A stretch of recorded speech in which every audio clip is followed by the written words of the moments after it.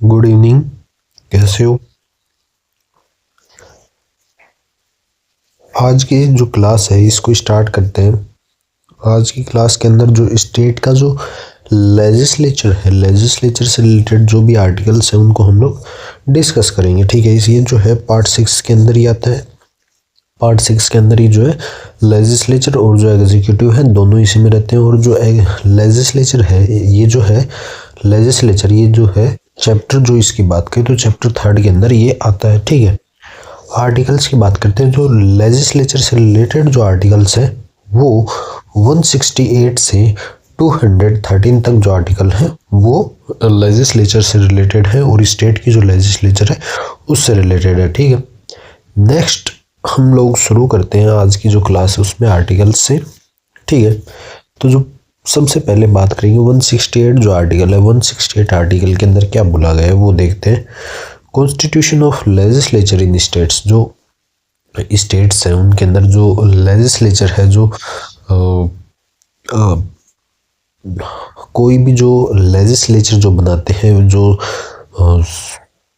Legislative जो council या फिर लेजिस्लेटिव जो असेंबली बनाने का जो प्रोसेस है स्टेट के अंदर, तो वो जो है इसके लिए जो है आर्टिकल 168 जो है वो बोलता है कि हर जो स्टेट है उसके अंदर जो है एक जो लेजिस्लेचर है उसका जो है उसको बनाना चाहिए। तो ये तो आर्टिकल था 168, ये इससे रिलेटेड है। ठीक है, इसमें कुछ जो पॉइंट्स दिए गए हैं उनको देखते हैं। ठीक है, For every state there shall be a legislature which shall consist of the governor। हर जो स्टेट है, हर एक जो स्टेट है उसके अंदर क्या होगा कि एक जो लेजिस्लेचर जो है, विधान जो मंडल है उसका जो है उसको जो है बनाना होगा। और उसके अंदर जो है जिस तरीके से जो पार्लियामेंट है, जिस तरीके से पार्लियामेंट के अंदर जो है प्रेसिडेंट जो इंक्लूड रहते हैं, जिस तरीके से पार्लियामेंट के अंदर प्रेसिडेंट जो है वो इंक्लूड रहते हैं, उसी तरीके से जो स्टेट की जो लेजिस्लेचर है उसके अंदर जो है गवर्नर क्या रहेंगे, इंक्लूड रहेंगे। गवर्नर को भी इंक्लूड रखा जाएगा। ठीक है, तो ये बात ध्यान रखनी है। अब इसमें फर्स्ट बात करते हैं in the state of Andhra Pradesh. Andhra Pradesh जो है वो Bihar, Madhya Pradesh, Maharashtra, Karnataka, Uttar Pradesh 2 houses.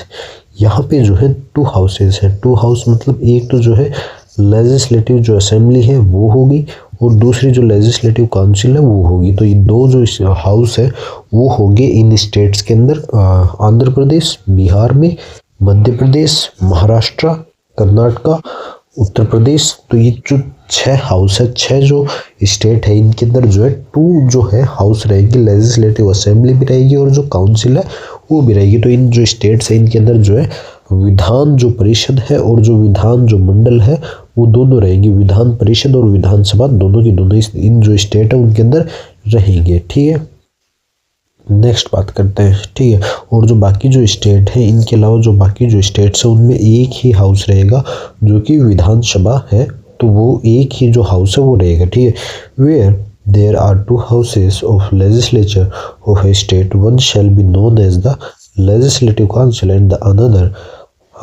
another as the legislative assembly, and where there is only one house it shall be known as legislative assembly। जहाँ पे जो एक जो हाउस होगा, जिस स्टेट में एक ही हाउस होगा तो उसे जो है लेजिस्लेटिव जो असेंबली है उसके नाम से जाना जाएगा, लेजिस्लेटिव असेंबली के नाम से जो है उसको जाना जाएगा। ठीक है, और जहाँ पे 2 जो हाउस है वो है तब वहाँ पे लेजिस्लेटिव काउंसिल के नाम से उसको जो लेजिस्लेटिव काउंसिल और लेजिस्लेटिव असेंबली दोनों जो है वो होंगी। ठीक है, नेक्स्ट आर्टिकल की बात करते हैं। नेक्स्ट आर्टिकल है 169। ठीक है, अबोलिशन और creation of legislative council in state. जो लेजिस्लेटिव जो काउंसिल है वो हर स्टेट के अंदर नहीं होती है।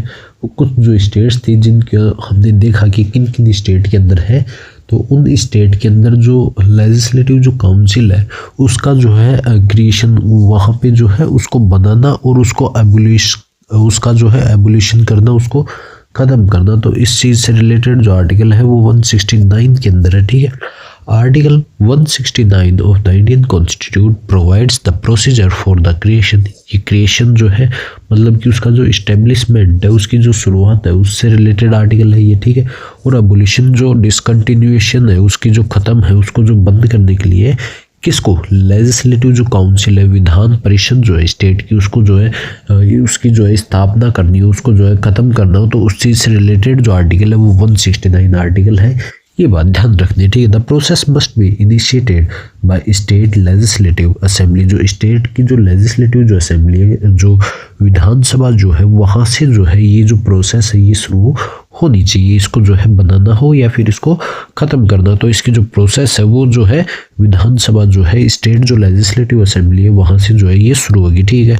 The legislative assembly must be pass A resolution. जो लेजिस्लेटिव जो असेंबली है उसको जो है एक रेजोल्यूशन पास करना पड़ेगा, रिक्वेस्टिंग द क्रिएशन और abolition of the legislative council. उसको जो है जो रेजोल्यूशन जो है वो पास करना पड़ेगा, और किसके लिए, जो लेजिस्लेटिव जो काउंसिल है उसकी जो क्रिएशन करना है या फिर उसको एबोलिश करना है, उसके लिए जो है रिक्वेस्टिंग का जो एक जो रेजोल्यूशन है वो पास करना पड़ेगा। अब बात करेंगे हम लोग लेजिस्लेटिव असेंबली और जो लेजिस्लेटिव काउंसिल है इसके, ठीक है। इनको हम लोग जो है, इनके जो आर्टिकल्स हैं इनको हम लोग कंपेयर करके पढ़ेंगे। सबसे पहले बात करेंगे लेजिस्लेटिव असेंबली की, ठीक है। इसके अंदर आर्टिकल 170 आता है, इसकी बात करते हैं।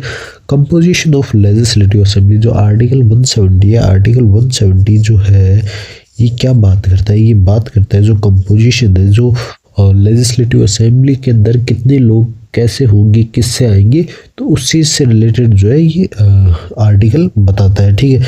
Maximum strength of member in legislative assembly can be 500 and minimum 60।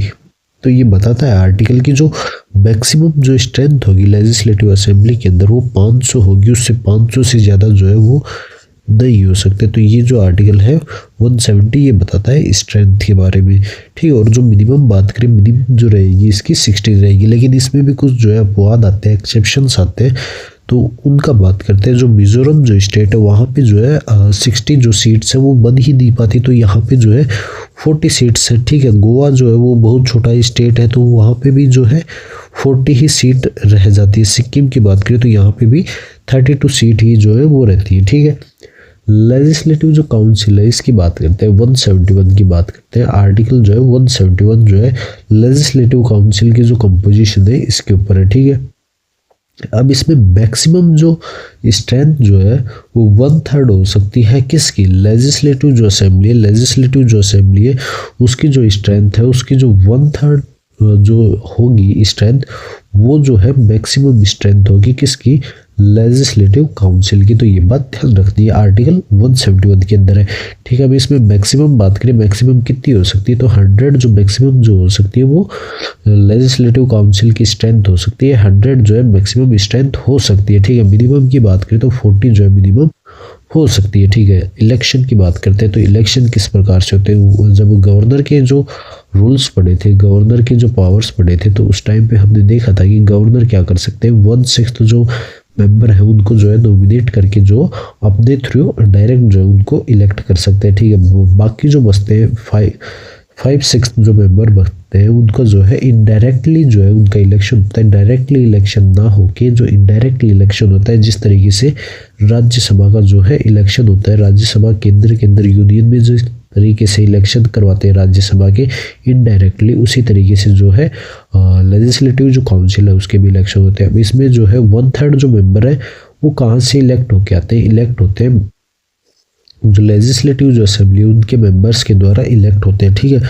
1/3 जो मेंबर है वो जो लोकल जो अथॉरिटीज होती है, म्यूनसिपलिटी, ग्राम पंचायत, उनसे जो है इलेक्ट होके आते हैं, ठीक है। 1/12 जो मेंबर है वो इलेक्ट होते हैं इलेक्टोरल कॉलेज से, और ये इलेक्टोरल कॉलेज जो रहता है वो सीनियर जो टीचर्स होते हैं, स्टेट के जो सीनियर टीचर्स होते हैं उनका जो है इलेक्शन करवा के उनसे इलेक्ट होके आते हैं, ठीक है। 1/12 जो मेंबर है वो इलेक्ट होते हैं इलेक्टोरल कॉलेज जो इलेक्शन है उसी से, और ये यूनिवर्सिटी के जो ग्रेजुएट्स होते हैं उनका रहता है, ठीक है।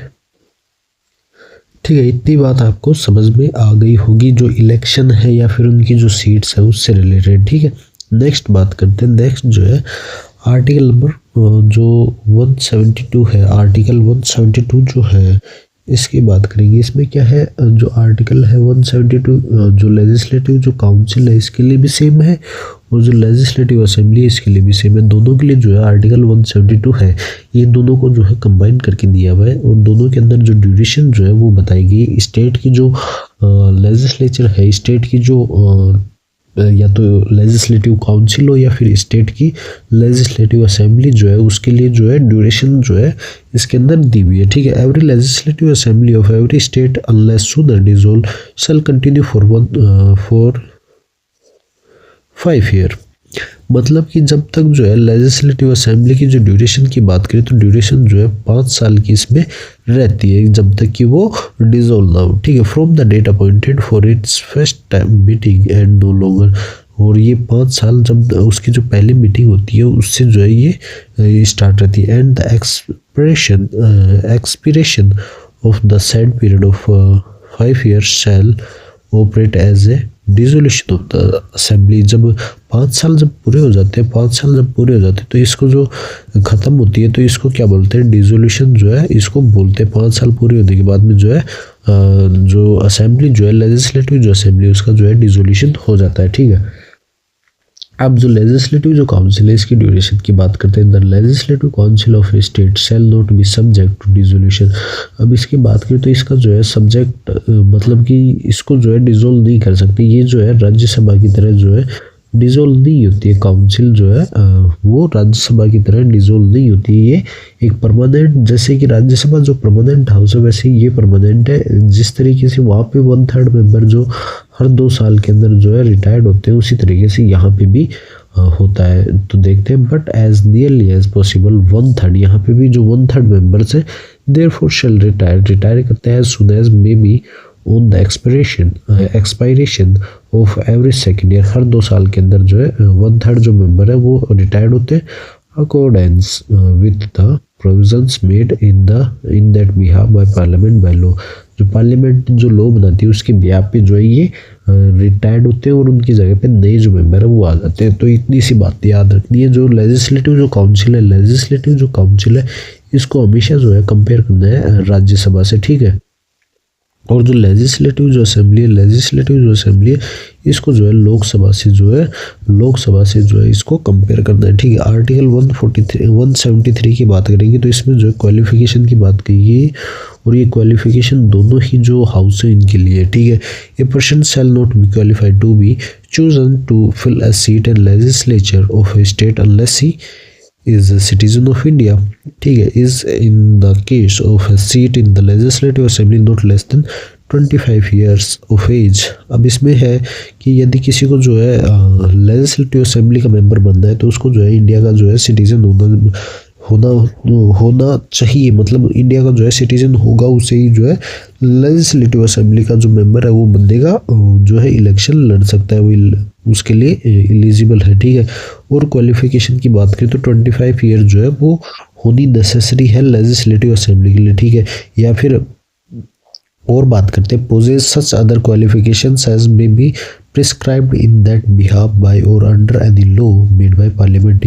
या फिर एक तो इंडियन सिटीजन हो या फिर 25 साल हो या फिर नहीं, दोनों के दोनों ही रूल जो है यहाँ पे इम्पोर्टेंट है। 25 साल जो है वो होना भी अनिवार्य है और जो इंडियन सिटीजन है वो होना भी जरूरी है। और साथ ही साथ में यदि पार्लियामेंट कोई जो है रूल बनाती है, किसी भी तरीके का लॉ बनाती है, तो उसमें भी जो है वो भी जो है क्वालिफाई करना चाहिए, तभी जो है वो लेजिस्लेटिव जो असेंबली उसके जो मेंबर है वो बन सकते हैं। ठीक है, इधर बात करते हैं लेजिस्लेटिव काउंसिल की बात करते हैं तो इसमें है कि सिटीजन ऑफ इंडिया जो है सिटीजन होना चाहिए, इंडिया का जो है वो सिटीजन होना चाहिए। ठीक है, जो लेजिस्लेटिव काउंसिल है उसके मेंबर के लिए in case of seat in legislative council not less than 30 years of age. यहाँ पे जो है 25 साल ना हो के 30 ईयर्स है।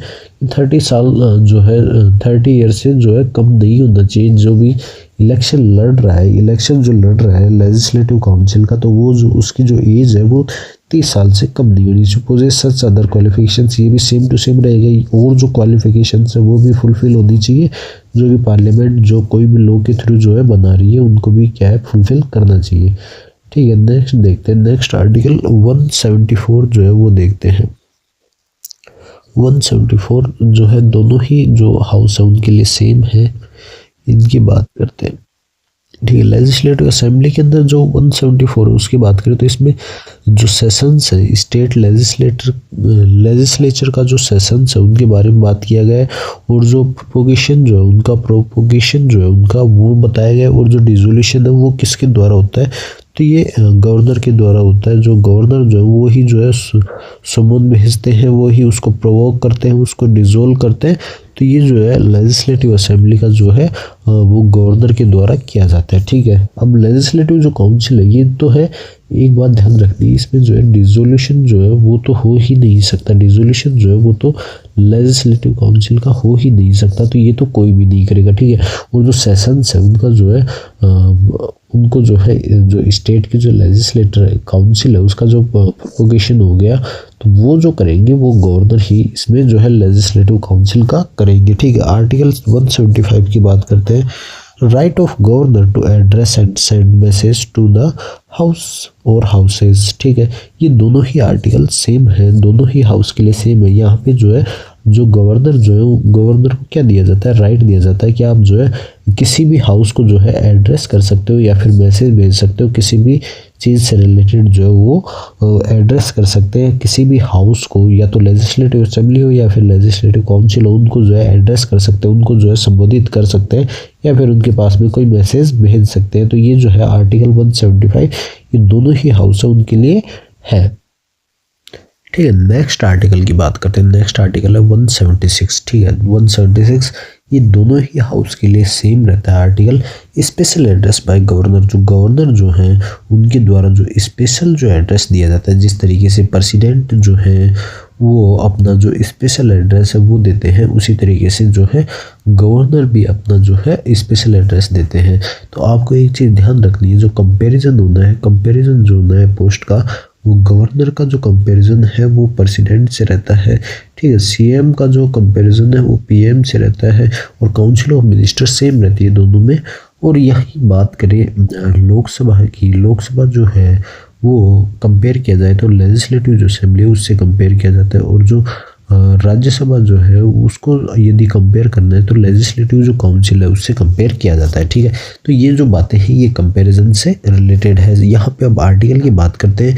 स्पेशल एड्रेस जो है वो गवर्नर जो है वो अपना जो स्पेशल जो एड्रेस है वो देंगे, अपना जो स्पेशल जो कुछ भी बोलना है उनको किसी भी बात के ऊपर तो वो दे सकते हैं। तो इससे रिलेटेड इनके पास में पावर है। ठीक है। The first session after each general election, जो भी जो जनरल इलेक्शन होते हैं उनके बाद में जब फर्स्ट जो सेशन होता है लेजिस्लेटिव जो असेंबली का उसका, तब जो है वो क्या करेंगे, वो जो है अपना जो स्पेशल एड्रेस है वो उसको संबोधित करेंगे, अपना जो एड्रेस है वो संबोधित करेंगे। ठीक है। अपना भाषण देंगे, पहला जो है भाषण देंगे। स्पेशल एड्रेस रहता है ये, तो वो जो गवर्नर है उनके पास में शक्ति होती है कि जब भी जो जनरल इलेक्शन होता है उसके बाद में जब पहली बार जो सेशन होता है तो उसके अंदर जो है उनको मौका मिलता है कि वो अपना जो स्पेशल एड्रेस है वो दे सके। And at the commencement of the first session of each year, और हर साल जब पहला जो सेशन होता है, हर साल हर ईयर के जो फर्स्ट सेशन रहता है तो उसके अंदर भी गवर्नर जो है वो अपना स्पेशल एड्रेस डिलीवर करते हैं। ठीक है।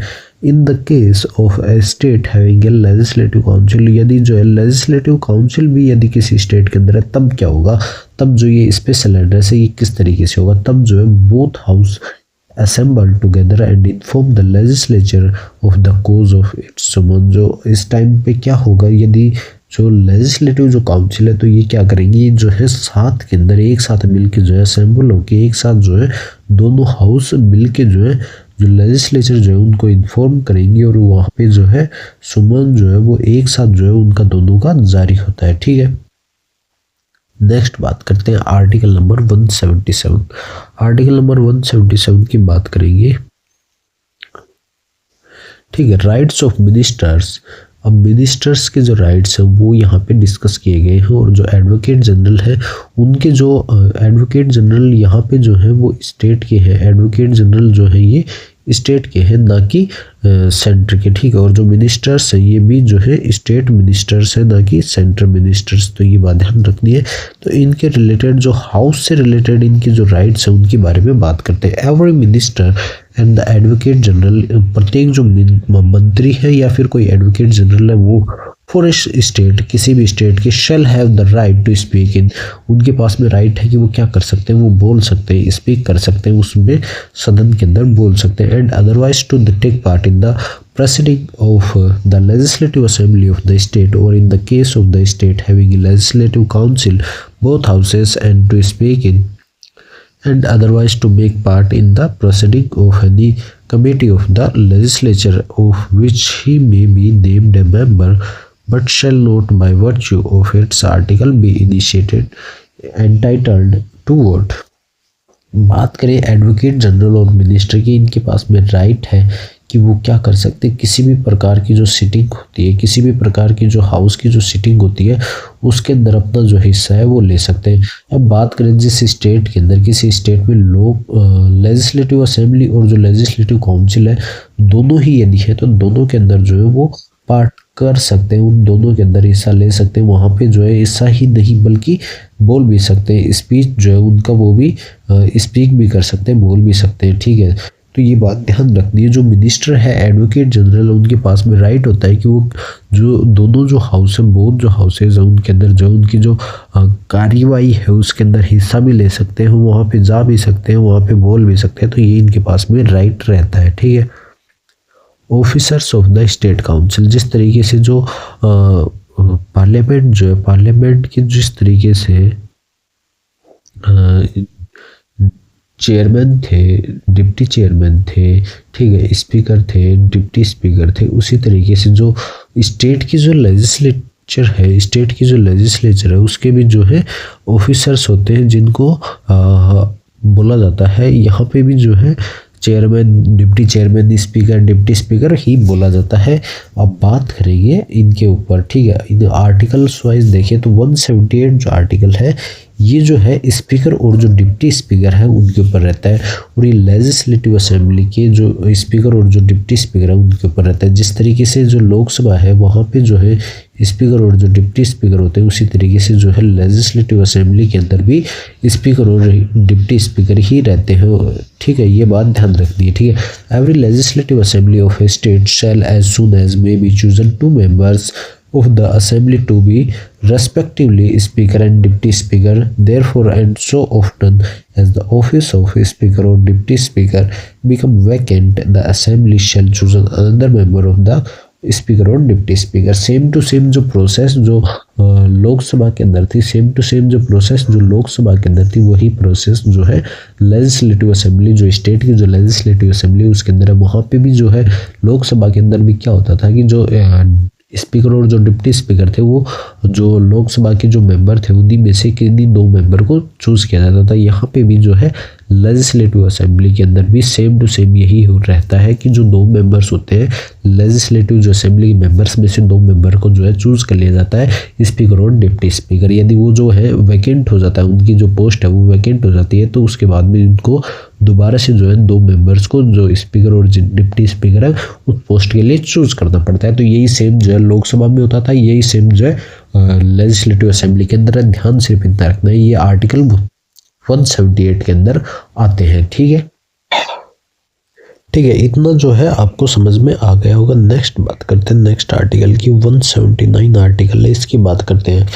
Vacation and resignation of and removal from the office of speaker and deputy speaker. जो स्पीकर और जो डिप्टी स्पीकर है उनका जो उनकी जो पोस्ट है उससे यदि उनकी जो वैकेंसी चल रही है वो खाली है तब, और उन पे जो रिजाइन करना हो वहाँ पे जो है रेजिग्नेशन से रिलेटेड क्या प्रोसेस है और जो रिमूवल से रिलेटेड क्या प्रोसेस है, तो वो हम लोग इस आर्टिकल में देखेंगे 179 के अंदर। ठीक है, a member holding office as speaker और डिप्टी स्पीकर, यदि कोई मेंबर स्पीकर और डिप्टी स्पीकर का जो है पद जो है वो संभाल रहा है और उनका जो ऑफिस है उसको होल्ड कर रहा है, तब सबसे पहले shall vacate his office if he cease to be member of the assembly. यदि उनका जो मेंबर ऑफ जो असेंबली है वो यदि सीज कर जाते हैं वहाँ से, तो उनका जो ऑफिस का जो पद है, उनके जो ऑफिस का जो पद है उसको जो है वैकेंट करना पड़ेगा। ठीक है, may at any time by writing under his hand addressing if such member is the speaker of the deputy speaker, and if such member is the deputy speaker to the speaker resign his office. जिस तरीके से लोकसभा के अंदर जिस तरीके से आपको याद होगा स्पीकर जो होता था वो डिप्टी स्पीकर को जो है अपना रेजिग्नेशन जो लेटर था वो देता था, उसी तरीके से यहाँ पे भी जो है स्पीकर ही क्या करेगा, डिप्टी स्पीकर को अपना जो रेजिग्नेशन लेटर है वो देगा, और जो डिप्टी स्पीकर है वो स्पीकर को अपना रेजिग्नेशन जो लेटर है वो देगा। ठीक है, तो ये बात ध्यान रखनी है। यहाँ पे भी सेम टू सेम लोकसभा की तरह ही है।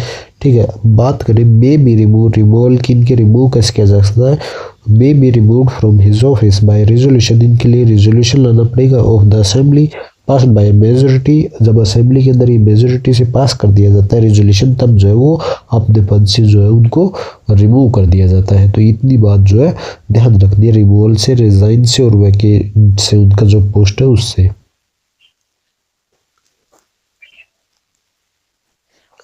ठीक है, अब जो नेक्स्ट आर्टिकल है आर्टिकल नंबर 180 की, इसकी जो बात करेंगे हम लोग 180 जो आर्टिकल है इसकी बात करेंगे। ठीक है, power of the deputy speaker or other person to perform the duties of the office of or to act as speaker. अब जो 180 जो आर्टिकल है ये जो है आर्टिकल ये पावर देता है जो डिप्टी स्पीकर है उनको, उनके पास में क्या क्या पावर्स है, या फिर कोई ऐसा अदर जो पर्सन है वो जो कि क्या कर रहे हो, वो परफॉर्म कर रहे हो, जो स्पीकर जो है उनका जो ऑफिस है उसकी जो ड्यूटीज़ है वो यदि परफॉर्म कर रहे हो कोई भी व्यक्ति या कोई डिप्टी स्पीकर है तो उनके पास में क्या क्या पावर्स होती हैं उनकी बात करते हैं। ठीक है, सबसे पहले बात करें ऐसा क्यों होता है उसके बारे में। While the office of speaker is vacant, यदि जो ऑफिस जो है स्पीकर का वो वैकेंट हो, तब खाली हो, तब क्या होता है, the duties of the office shall be perform by the deputy speaker. जो ड्यूटीज़ है वो किसके द्वारा की जाएंगी, कार्य जो भी है वो जो डिप्टी स्पीकर है उनके द्वारा किए जाएंगे। और if the office of deputy speaker, यदि जो डिप्टी स्पीकर है वो उनका भी जो ऑफिस है वो वैकेंट हो, तब क्या होगा, तब कोई भी जो मेंबर है, जो असेंबली का जो मेंबर है, as the governor may appoint for the purpose, ऐसा कोई भी जो असेंबली का मेंबर है उसको जो है अपॉइंट कर दिया जाता है स्पीकर के पद के ऊपर, स्पीकर की पोस्ट के ऊपर जो काम है वो करने के लिए। और ये जो किया जाता है ये गवर्नर के द्वारा किया जाता है। जिस तरीके से जो लोकसभा है उसके अंदर जो है प्रेसिडेंट अपॉइंट करते हैं, उसी तरीके से यहाँ पे गवर्नर जो है वो अपॉइंट करते हैं। ठीक है, सेकंड बात करें during the absence of speaker, जो स्पीकर जो है यहाँ बात की वैकेंट की, पद ही खाली था। अब बात कर रहे हैं एब्सेंस की, उनकी जो है यदि स्पीकर जो है वो छुट्टी पे हो तब क्या होगा, फ्रॉम एनी सिटिंग, किसी एक सिटिंग के अंदर, ठीक है, ऑफ द असेंबली की, तब जो डिप्टी स्पीकर या फिर डिप्टी स्पीकर भी यदि एब्सेंट है तब जो है कोई जो दूसरा जो आदमी है जिसको अपॉइंट किया जा रहा है इस चीज़ के लिए, तो वो जो है वो स्पीकर की तरह जो है कार्य करेंगे। तो ये पूरा का पूरा इनका जो है रूल्स होती है, इनकी प्रोसीजर होती है अपॉइंट करने के लिए किसी और जो पर्सन है उसको।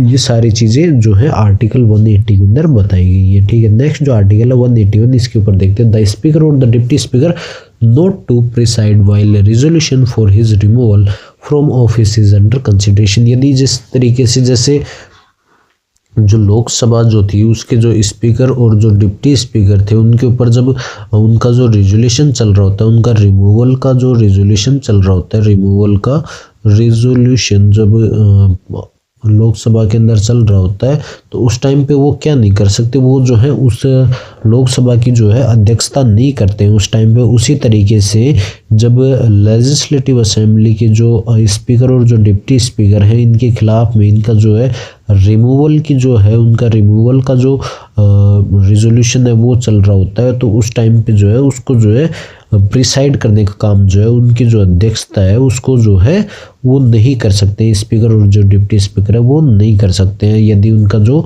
रिमूवल का जो रिजोल्यूशन है वो चल रहा हो तो वो जो है अध्यक्षता जो है हाउस की जो अध्यक्षता है, जो लेजिस्लेटिव असेंबली है उसकी जो अध्यक्षता है उनको नहीं परफॉर्म कर सकते। ठीक है, 182 की बात करते हैं, आर्टिकल नंबर 182 की बात करते हैं। स्पीकर और जो डिप्टी स्पीकर है उनके जो आर्टिकल्स थे, पावर्स थी, वो ने देख ली। अब जो चेयरमैन और जो डिप्टी स्पीकर है उनकी बात करेंगे ऑफ लेजिस्लेटिव काउंसिल। अब जिस तरीके से राज्यसभा के अंदर जो है चेयरमैन और डिप्टी चेयरमैन होते हैं, उसी तरीके से लेजिस्लेटिव काउंसिल भी उन्हीं की तरह है। तो यहाँ पे जो है चेयरमैन और डिप्टी चेयरमैन जो है यहाँ भी रहते हैं, ठीक है। The legislative council of every state having such council shall as soon as may be chosen 2 member of the council to be respectively chairman and deputy chairman, therefore and so often as the office of chairman or deputy chairman become vacant and the council shall choose another member to be chairman or deputy chairman, ठीक है। यहाँ पे जो फ़र्क देखने को मिलेगा, वहाँ पे जो वाइस प्रेसिडेंट होते हैं, वाइस प्रेसिडेंट क्या होते हैं, जो चेयरमैन होते हैं वही जो है वाइस प्रेसिडेंट चेयरमैन रहते हैं राज्यसभा के अंदर। लेकिन यहाँ पे जो है जो गवर्नर है वही होते हैं, जो वाइस जो है वो गवर्नर नहीं होते हैं। तो इसलिए जो चेयरमैन और जो डिप्टी चेयरमैन है वो जो है मेंबर्स जो होते हैं, लेजिस्लेटिव जो काउंसिल है इसके जो मेंबर है इनमें से ही 2 मेंबर को चूज करके एक को चेयरमैन और दूसरे को जो है डिप्टी चेयरमैन बना दिया जाता है। यदि वो जो है वो पोस्ट है, वो ऑफिस जो है वो खाली हो जाती है, तो उसके बाद में दूसरे जो मेंबर्स हैं उनको भी चूज करके ऐसे ही चेयरमैन और डिप्टी चेयरमैन बना दिया जाता है। नेक्स्ट आर्टिकल की बात करते हैं, आर्टिकल 183 की बात करेंगे। Vacation and resignation of and removal from the office of chairman and deputy chairman. जिस तरीके से जो है स्पीकर और जो डिप्टी स्पीकर है उनका जो रिमूवल था, रेजिग्नेशन था, उसी तरीके से यहाँ पे जो है चेयरमैन और डिप्टी चेयरमैन के जो रिमूवल, रेजिग्नेशन और जो उनकी वैकेंट है पोजीशन की, तो उसकी बात करेंगे आर्टिकल 183 के अंदर, ठीक है।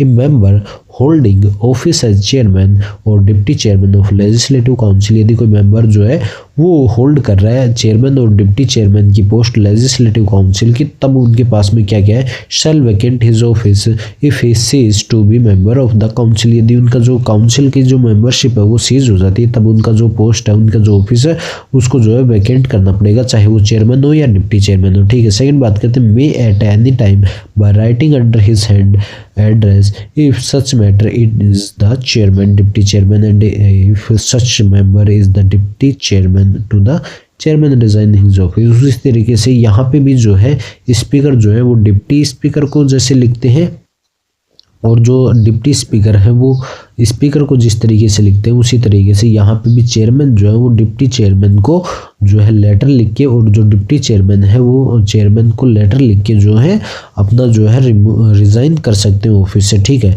नेक्स्ट बात करते हैं मे बी रिमूव्ड की जो प्रोसेस है वो देख लेते हैं। फ्रॉम हिज ऑफिस, उनके ऑफिस से इनको रिमूव भी किया जा सकता है, और उसके लिए जो रेजोल्यूशन है वो लाना पड़ेगा काउंसिल के अंदर, लेजिस्लेटिव काउंसिल के अंदर जो है एक रेजोल्यूशन लाना पड़ेगा चेयरमैन और डिप्टी चेयरमैन को रिमूव करने के लिए, और उसको जो है पास करवाना पड़ेगा मेजोरिटी जो मेंबर है उनके साथ में, जो है इसको पास करवाना पड़ेगा काउंसिल के अंदर, लेजिस्लेटिव काउंसिल के अंदर। पास होने के बाद में मेजोरिटी से यदि वो पास हो जाता है तब जो है चेयरमैन और जो डिप्टी चेयरमैन है उनको जो है रिमूव कर दिया जाता है। इतनी सी बात आपको chairman, deputy chairman, speaker, deputy speaker जो लेजिस्लेटिव असेंबली और जो काउंसिल के हैं उनसे ध्यान रखनी है, ठीक है। नेक्स्ट बात करते हैं जो डिप्टी चेयरमैन और जो या कोई भी अदर जो मैन है उसकी जो पावर्स हैं, कब, जब वो चेयरमैन की तरह एक्ट कर रहे हो, तो ये जो है आर्टिकल 184 जो आर्टिकल है ये पावर देता है, ठीक है।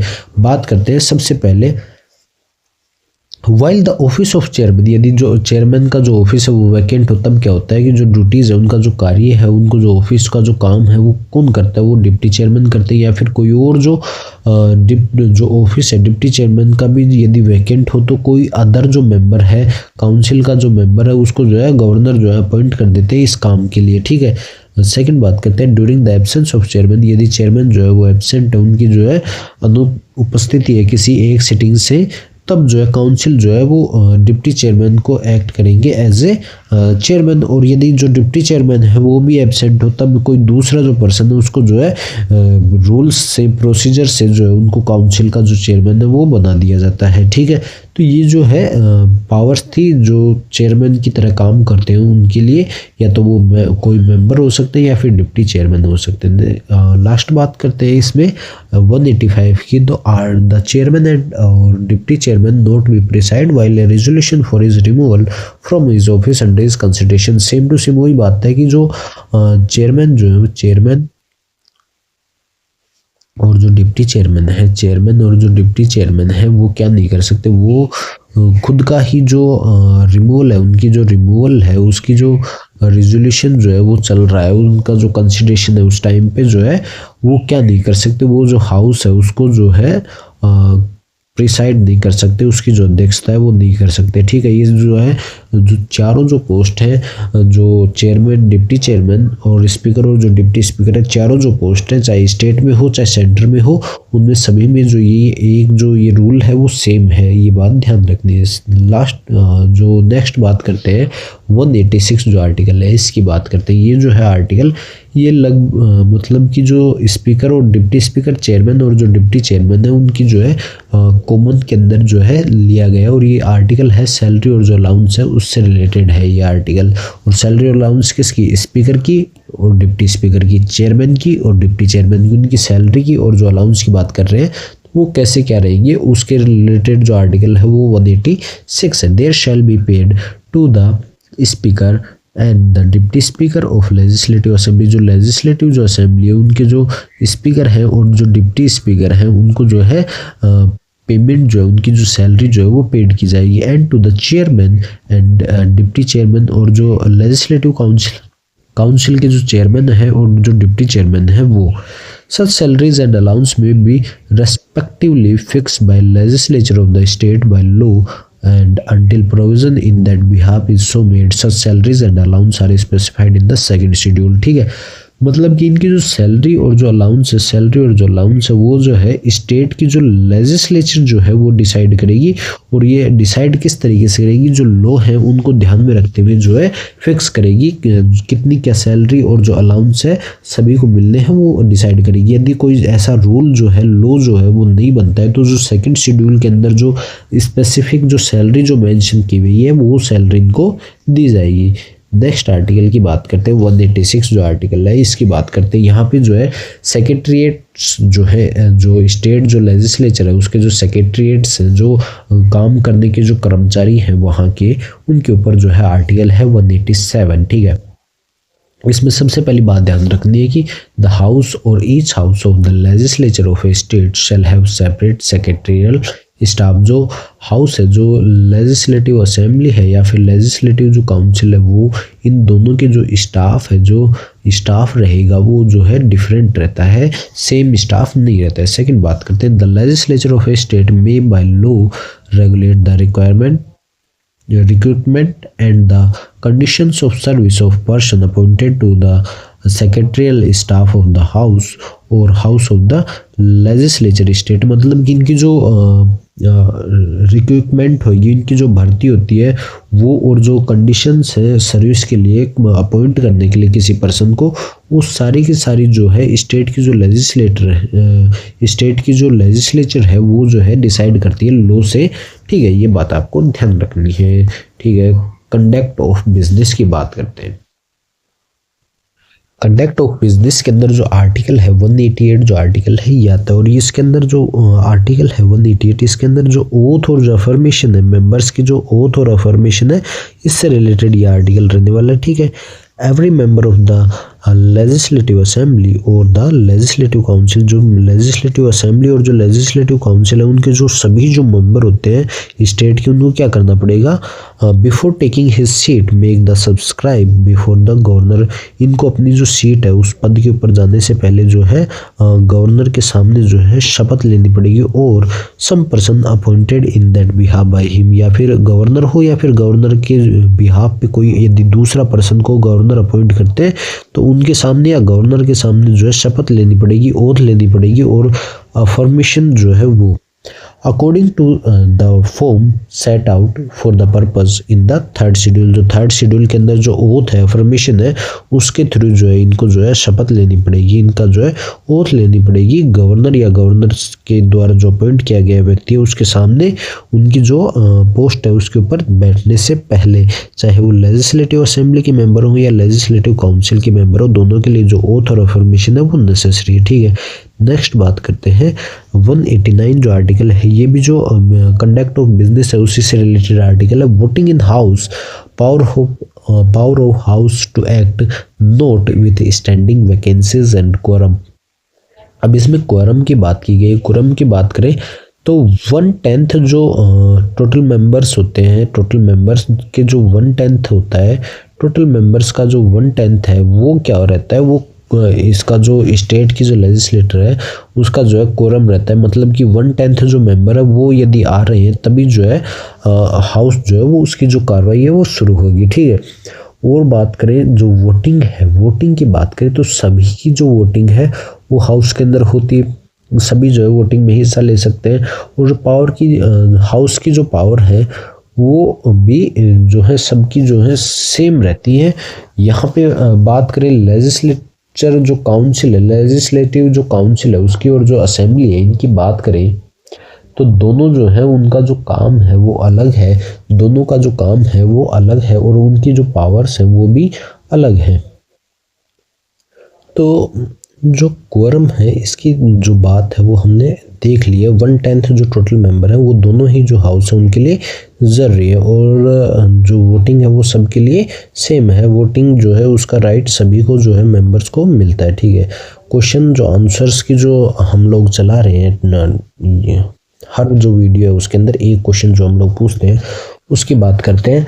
जो कल का जो क्वेश्चन था वो ये था कि who is the first women governor of India. Bharat की जो है पहली जो महिला जो गवर्नर है वो कौन है, तो ये आपको अच्छे से पता होगा। सरोजनी नायडू जो है वो इंडिया की पहली महिला जो है वो गवर्नर है। भारत की पहली महिला गवर्नर जो है वो सरोजनी नायडू है।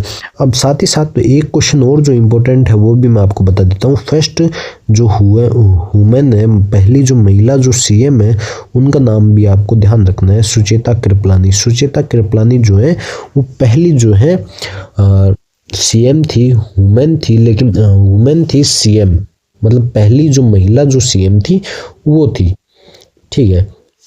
और ये दोनों जो थे गवर्नर और जो सीएम जो थे ये यूपी से जो थे, ये थे यूपी की थी, ये दोनों की दोनों ही सुचेता कृपलानी जी भी और जो सरोजनी नायडू है ये भी दोनों ही जो है यूपी की जो थी।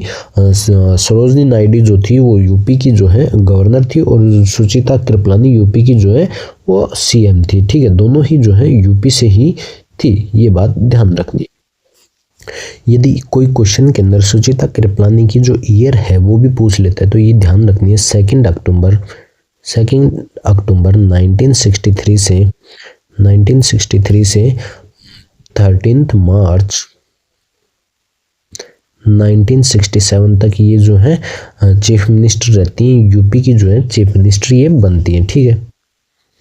और जो सरोजनी नायडू हैं इनकी जो टाइमिंग की बात करें, इनकी क्या ईयर थी तो उनकी बात करें तो ये 15 अगस्त 1947 से 2 मार्च 1949 तक जो है गवर्नर रहती है। यूपी के अंदर ये जो है गवर्नर रहती है और ये जो है इनकी जो डेथ थी वो भी 2 मार्च को ही इनकी डेथ हो जाती है। तो ये डेथ अंटिल डेथ तक जो है ये गवर्नर रहती है। आज का जो क्वेश्चन है वो है हु ट्रांसफर जजेस of high court to other states. मतलब कि जो जज हैं, जो एक स्टेट के जो जज हैं, हाई कोर्ट के जो जज हैं, उनको दूसरे स्टेट के अंदर कौन जो है वो ट्रांसफ़र कर सकता है, तो ये आपको बताना है। तो thank you, have a nice day, study hard and stay curious. Thank you.